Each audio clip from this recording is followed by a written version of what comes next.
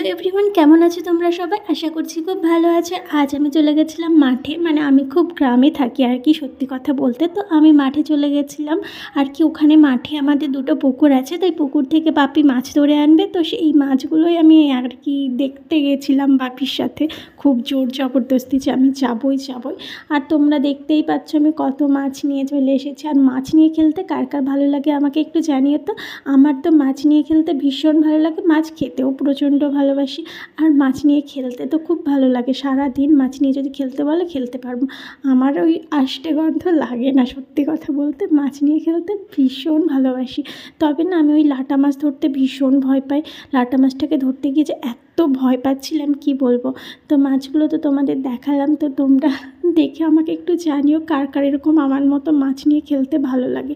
তো ভিডিওটা ভালো লাগলে একটা লাইক দিও। আজকের মতো টাটা, দেখা হচ্ছে নেক্সট ভিডিওতে।